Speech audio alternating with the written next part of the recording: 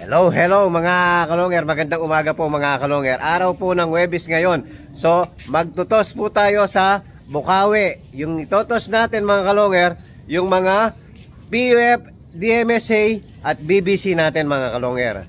So kahapon nga nagbasket tayo sa CFL ko sa mga kalonger para sa Maasin Leyte. Sana po makauwi yung mga Warriors natin. So ito na po, uulihin na ni Superbook yung mga Warriors natin.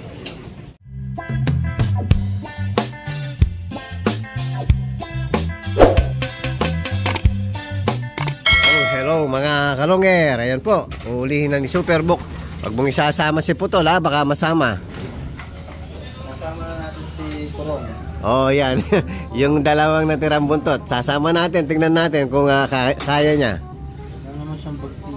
Oh wala. Talagang dakma yan, dakma. Si Salim Pusa. Abot mo yung sa taas? Pababain mo na lang.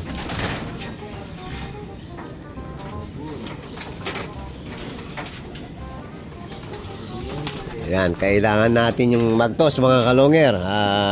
Isa sa pinakasikreto, yung pag mimiddos mga kalonger, parang yung mga Warriors natin may pinaka breakpoint. Ika nga pag sinabi natin breakpoint, tinatandaan ng mga ibon pag nakita nila yung lugar na yon mga kalonger, sigurado dire-diretso na yon, hindi natutukod. Daan-daan yung pakpak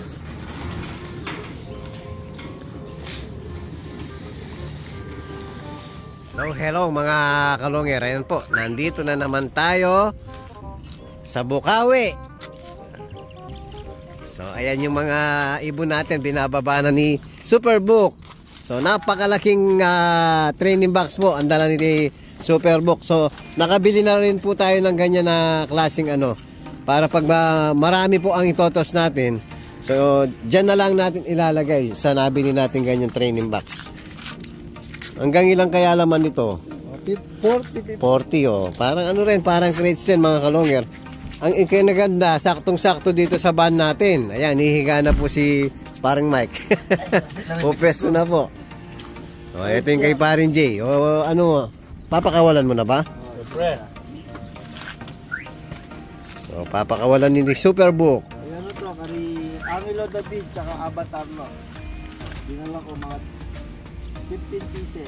O yan mga kalonger, ayan po yung nagpapasabay sa atin. Ayan, naka-video pa kay tapos naka-video rin sa atin.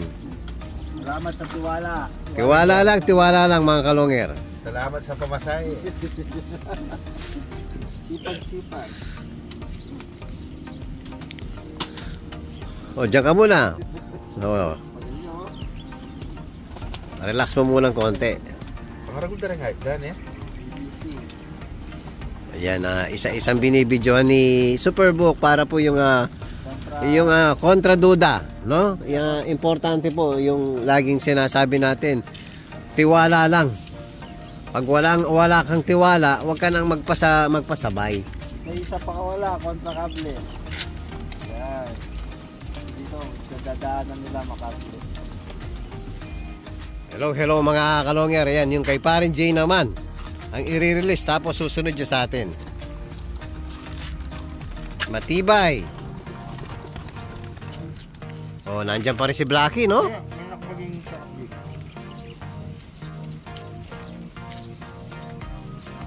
Oh, pag lumayo na, susunod na natin yung sa atin.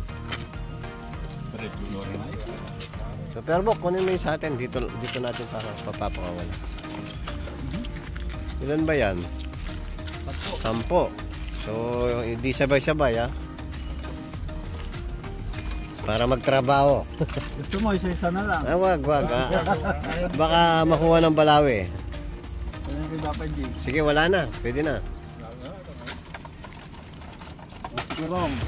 Ayan, dalawa na lang yung buntot ang natira. Saka si Tensei. Si Snake, Salim Pusa, umuuwi. Isa pa lang cut-off nun, no? Isa pa lang. Yung makaraan lang. 681? 688 yung clock niya. Konti lang. Sayang, sayang. Yan, ayan muna natin lumayo mga kalonger. Yan mo. Hello, hello mga kalonger. Yan po, last na yung tatlo natin. Sumisilip na isa, oh. O, si Kuryente. Lagi yung first bird. Kumakapik. Kumakapik. Mapwersa. Ginahuy talaga. At least may trophy na siya. Kahit hindi na makakauwi yan pare. May Ako mo kung dyan trophy, pera mo na yan. Taltali mo trophy. may trophy na yan. Pera mo na yan. O yan si kapatid ni Ugat Pak.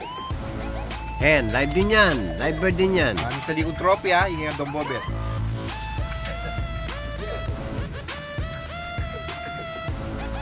Ay, tignan mo oh. Mapitik-pitik pa mga kalonger. Ginawi na Surigao yan. Ay, yan ang source ko. Lapiner uli yan pare. Hindi ko mo si ano yan. Mike and Gio. Mga papel. Yan mga kalonger. Napakawala na po lahat. Yung mga warriors pati yung sumabay. Sabi, galitan po lang ako. Hello, hello mga kalonger. Ayun po, nauna na naman sa atin yung mga warriors natin. So ang sumalubong ulit si Kiyo Dipogi. Hello, Wamput. Ayan po si Wamput oh. So hindi natin sinama yan dahil po naka-reserve na si Wamput. Baka mawala pa. Kawawa yung nagpa-reserve mga kalonger kung mawawala si Wamput. So dyan ka na lang muna. Kahit palili pa rin, hindi na kita palili pa rin. Kahapon po kasi trinay kong pali pa rin si Wamput. Kaya niya po. Ilan linggo na siyang hindi lumilipad pero pinalipad natin. Naka 30 minutes pa si Wamput mga kalonger. So yung resistensya ni Wamput andyan pa rin. So ayan yung mga warriors natin. O tapos papakainin na po natin. Nakapag-relax na rin yung mga warriors natin. So kain na kayo mga warriors ko. Hello, hello mga kalonger. Ayan po, papakainin na natin yung mga warriors natin. So dahil 10 lang po ang natira. So yung imbis na hanggang doon ang pagkain, so dito lang po mga kalonger. Para agawan pa rin yung mga warriors natin. So ayan, ano po, pellets. Ang daming nagtatanong anong klaseng pellets ang pinapakain natin. Nabubulo na naman tayo mga kalonger. So ayan po, makikita nyo sa screen para po maliwanag. Yan po yung pinapakain natin sa mga warriors natin. Bakit po yan ang napili natin? Dahil po high protein po. Kaya yan po ang napili kong ipakain sa mga warriors natin. O, kain-kain lang.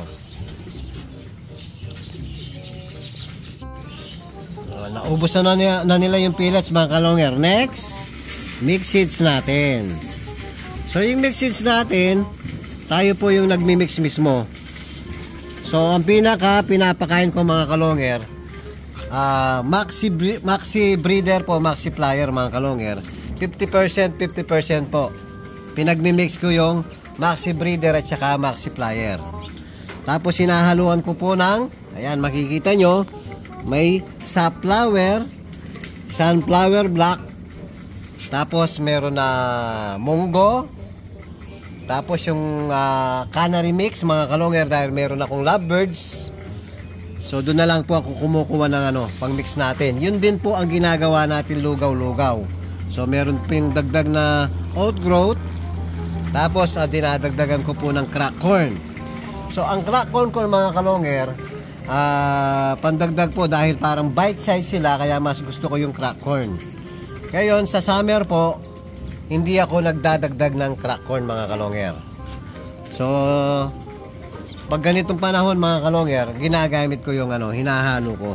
So, yun po yung mga panghalo natin sa mix seeds natin mga kalonger. So, marami naman pong magagandang buto na pwedeng idagdag mga kalonger. So, para sa akin lang po yun mga kalonger. Yan, tinitira nila yung sa flower ngayon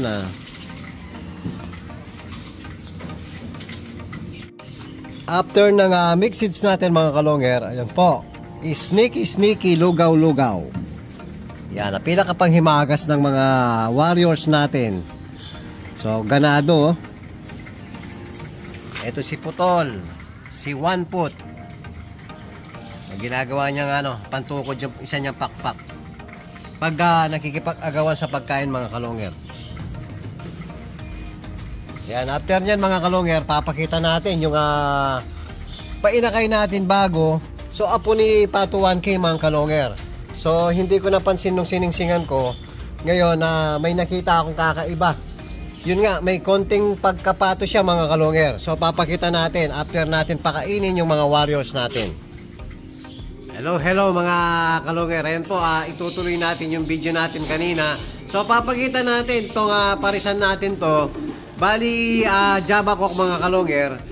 Japan Babaya Cock. Tapos ang nanay niya si Pato 1K.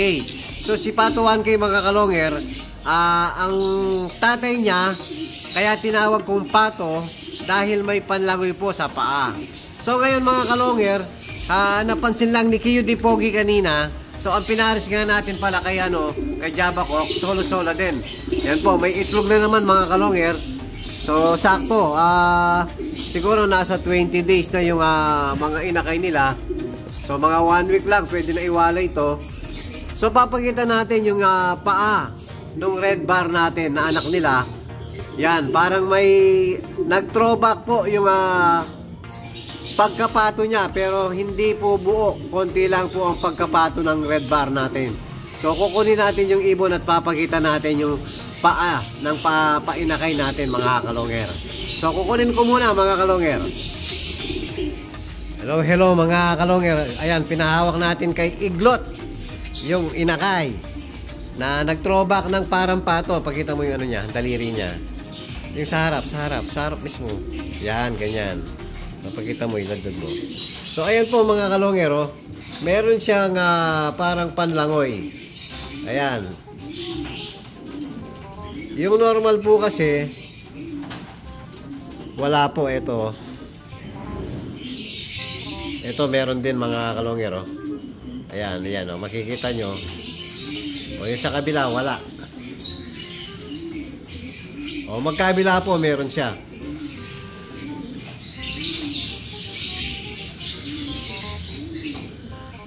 Ayan. Yan, may panlangoy mga kalonger, kaya tinawag kong pato yung mga yan. So, parang sila, parang paa ng pato. Kaya tinawag natin na pato yan mga kalonger. Tapos papakita natin yung lolo niya. Yun yung pinakaninuno ng pato mga kalonger. So kukunin natin yung lolo niya. Hello mga kalonger. Ayan po, kinuha natin yung original na pato. Yan po ang dyan po lahat ng galing yung mga pato natin. So ito po si Pato 1K. Yan tinatawag natin Pato 1K. Ito. Yan po ang tatay, ito. So meron pa tayong sinet doon, anak din nito. So producer din po ang ibon na yan mga kalonger. Diyan po lahat ng galing ang tinatawag kong mga pato.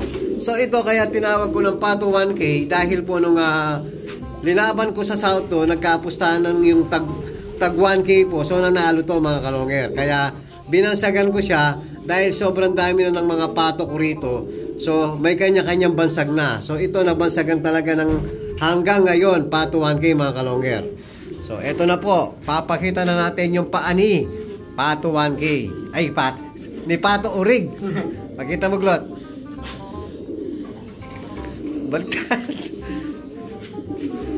So ayan po, ayan mga kalonger, medyo nagbi-blurred. Ayan, para siyang may panlangoy mga kalonger. Ayan po, kaya tinawag natin pato. Yan, para siyang may panlangoy. Pato, parang pato po yung paa niya. Ngayon may naging anak to mga kalonger. Ayan, si Kiyo po, meron din. Ayan mga kalonger, yan po yung mga pinanggalingan ng mga pato natin. Ayan po yung mga update natin sa Mythos natin at saka sa nag-throwback natin pato. At kung bago pa lang kayo sa aking channel, huwag kalimutan mag-subscribe, like, and share at pakipindot na rin po yung notification bell, pati na rin po yung all para updated kayo sa mga bagong video natin. So yun lang po mga kalonger, maraming salamat po, keep safe and God bless.